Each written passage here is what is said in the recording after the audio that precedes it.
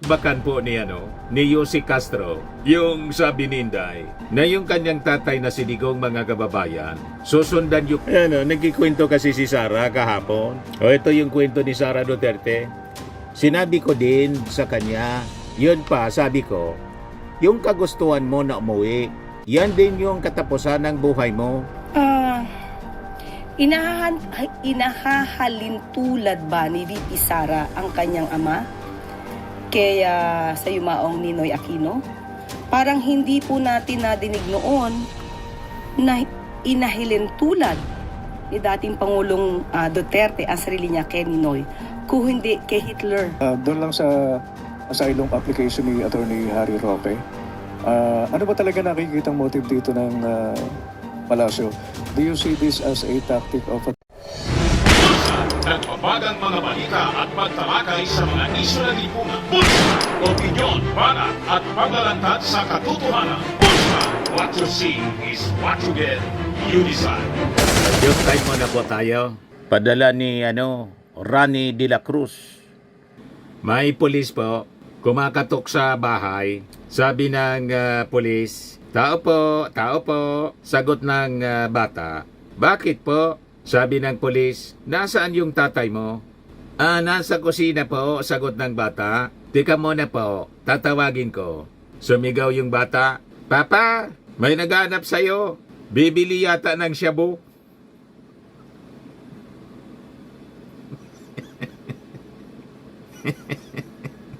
Pinamang yung tatay po. Huli sa akto, mga kababayan. Pero wala nga tukang. Walang EJK, bloodless, arestado. Marcos administration na kasi, wala ng EJK tulad ng previous administration po. Matik na, 200 pesos.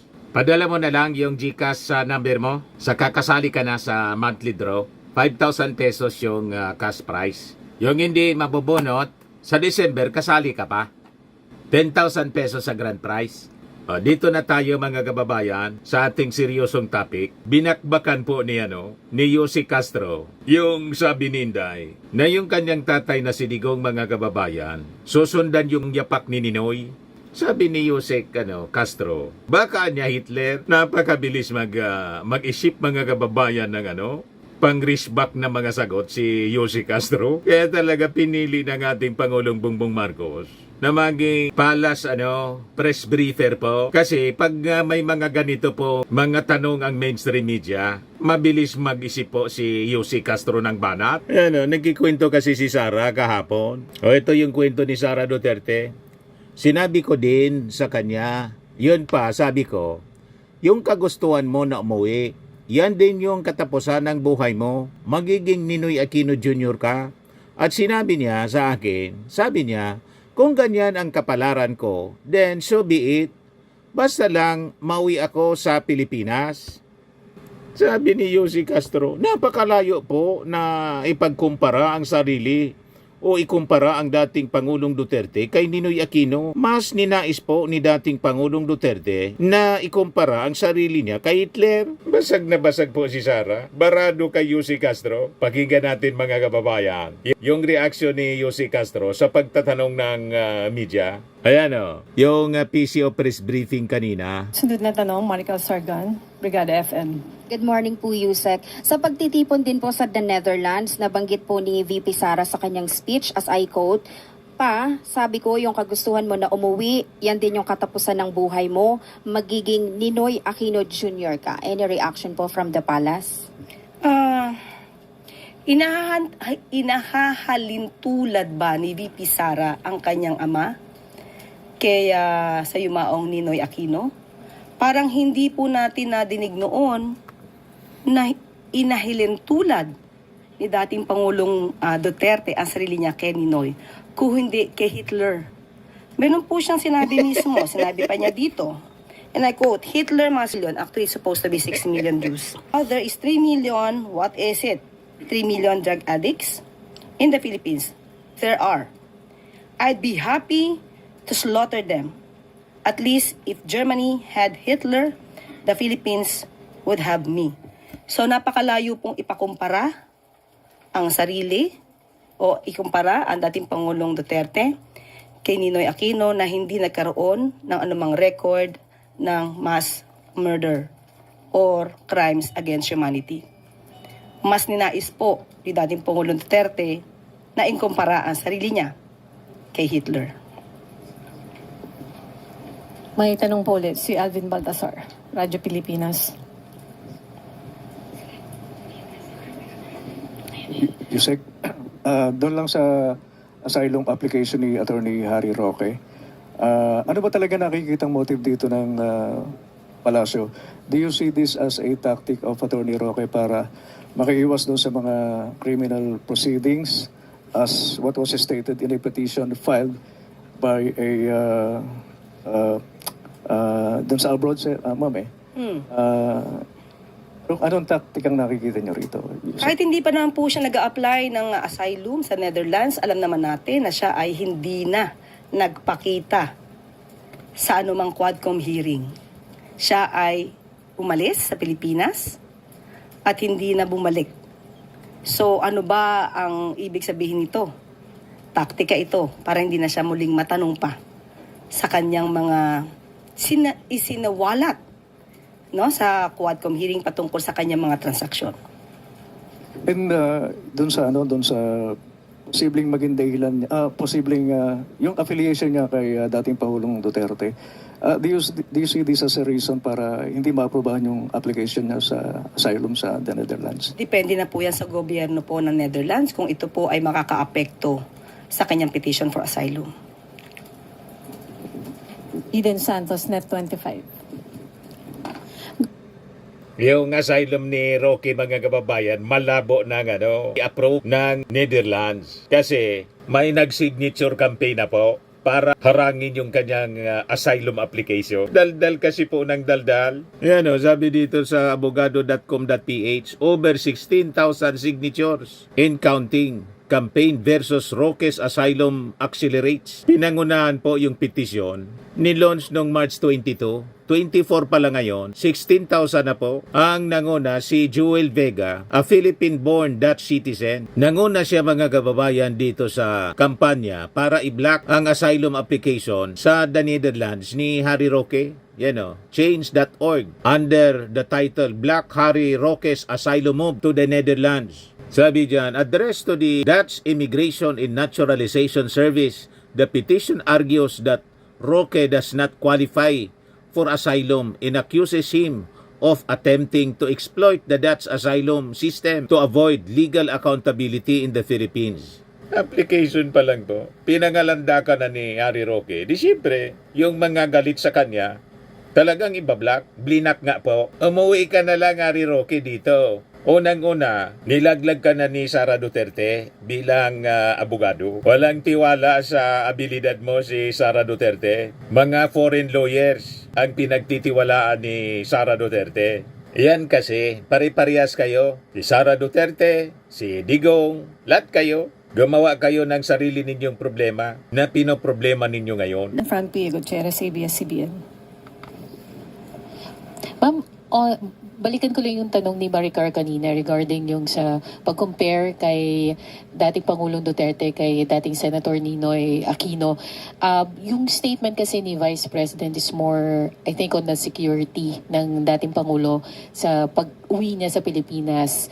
And I quote yung sinabi niya, sabi ko, yung kagustuhan mo na umuwi yan din katapusan ng buhay mo, magiging Ninoy Aquino Jr. ka, at sinabi niya sa akin, kung ganyan ang kapalaran ko, so be it. Ang question ko po, ma'am, is if there are enough grounds for the Duterte family to fear for the life of the former president in case or na umuwi ang dating Pangulo dito sa Pilipinas. Yun na nga po nakakapagtaka Saan po ba nakukuha itong mga kwento na ganito? Saan po nakukuha ang pagkukumpara kay dating Ninoy Aquino? Saan nakukuha yung mga threats? As a matter of fact, hanggang ngayon yung sinasabing threats kay VP Sara, hindi pa rin po na ipapakita sa NBI at saka sa PNP. So saan lamang po ito nakukuha? Kailangan po natin kasi ng mga materyales, ng mga ebidensya bago po magsagawa ng ganitong mga klaseng statements. Wala pong katotohanan yan. Sa papong tanong mula kay Clisel Pardilla, PTV. Kay Ian Cruz mula GMA. Ma'am, good morning po. Ma'am, doon sa rally sa Dahig, nabanggit po, sinabi po ng mga crowd doon na mag-resign na si PB. Batin muna tayo. Unang-una po, ang may threat, yung ating Pangulong Bongbong Marcos. Yun ang established mismo. At public knowledge, yung threat. Kasi yung threat mismo, galing kay Sara, no joke, sabi ni Sara Duterte. Pagkatapos, binabaliktad nila, pinapalabas nila, sila yung may threat. Una si Sara Duterte. Ngayon, pati si Digong, may threat na ngayon. Wala man po sa natura ng ating Pangulong Bongbong Marcos. Ang manakot, nakita ninyo, na kahit pinagbantaan na siya at sukat, pero wala tayong narinig na kung anong masasamang salita. Ang ginawa lang ng ating Pangulo, naghigpit siya ng security. And actually, mismo ang nag-react mga kababayan, yung presidential security group, kasi mandato nila to secure the president. You see? Kaya tama yung sinabi ni Yussi Castro, kahit yung sinasabing banta sa buhay ni Sara, pinapaimbestiga, in-invite siya ng NBI. Ayaw man po ayaw man po mag-cooperate. Basta may kwento siyang gurgor. Sabi nga natin, kung may nag-attempt sa kanya na mismong security niya, nasaan na to ngayon? Anong ginawa? At sino? Ano ang pangalan? Bakit hindi iblinater? At kung may nag-attempt sa kanya na magurgor, kasi may lastro siya rito, may piklat siya rito, mabuhay pa kaya kung may isa sa kanyang security ang nag-attempt? Malamang dido na mga kababayan kasi yung security niya, more than 400 po. Tapos hindi man po nag-blatter, hindi man nag-report sa mga authorities. Basta, gusto niyang sabihin mga kababayan, maniwala tayo sa kwento niya. Yan kwento niya mga kababayan, paboro baliktad, after na pagbantaan yung ating Pangulo, si First Lady at si Martin, wala man na niya kung sinabing ganyan. Balikan natin mga kababayan si Yussi Castro. PM at sabi ni VP Sara, o kayong nagsabi niya na hindi ako, Marcos resign. Bakit ba kailangan ng resign? Dahil hindi mo pinapakita sa taong bayan na maayos kang mag-isip at kaya mo ang mamuno. Ano po ang tugon ng administrasyon? Kung pinag-resign po nila ang Pangulo, sino po ba ang makikinabang? Kahit sabihin po ni VP Sara o kayo nagsabi niyan, siya pa rin po ang makikinabang. Sasabihin po ba na walang kakayanan mamuno? Paano po natin masasabi ito? Kung ang pinapailal po natin ay ang batas. At very transparent po tayo sa anumang mga transaksyon. Hindi po mas kakayanin ng isang tao na mamuno, na maraming inililihim, maraming itinatago, at hindi nagpapakita ng anumang dokumento, more particularly about the funds. Last question, Clisel Pardilla, PTV4. Yusek, Senator Bato de la Rosa told you, Miss Castro, akala niyo mga santo kayo, hindi nakakabuti yung gagawin kong pag-evade ng arrest, pero yung ikabubuti ng bansa ba yung ginawa niyo? How do you respond to that? Hindi, I know, we are not saints. Lahat tayo hindi santo. Isa pa lang ang nagiging santo sa Pilipinas, si St. Lorenzo Ruiz. Dalawa. Sino pa iba yung isa? Kalunsod. Yeah. Okay, St. Kalunsod. Okay, dalawa na. Hindi pa po tayo napapasama doon. And we know that. Mukhang malayo po mangyari yun. Unang-una po, pinapatupad lamang po natin ang batas. Sinabi naman po niya na valid ang warrant of arrest.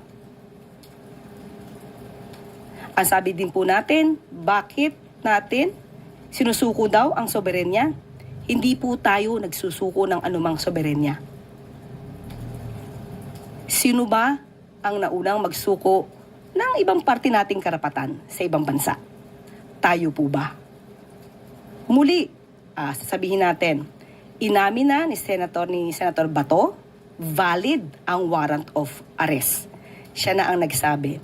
Kung siya man po ay magtatago, hindi magandang maging modelo ang katulad ni Senator Bato na dati nang naging PNP chief. Hindi magiging magandang modelo yan. Dahil yan po ay nag-iingga niya sa taong bayan na kapag may warrant of arrest, ay kailangan ng magtago na lamang. Okay. Maraming salamat. At dito na po nagtatapos ang ating briefing. Maraming salamat Malacanang Press Corps at magandang umaga. Bagong Pilipinas. Basag na naman po yung mga Duterte. Pati si Bato, basag yung yung mga depensa niya. Sumuko ka na lang pag lumabas na yung warrant of arrest. Tularan mo si Laila de Lima. Buti pa si Laila de Lima. Totoong matapang. Nagpakulong.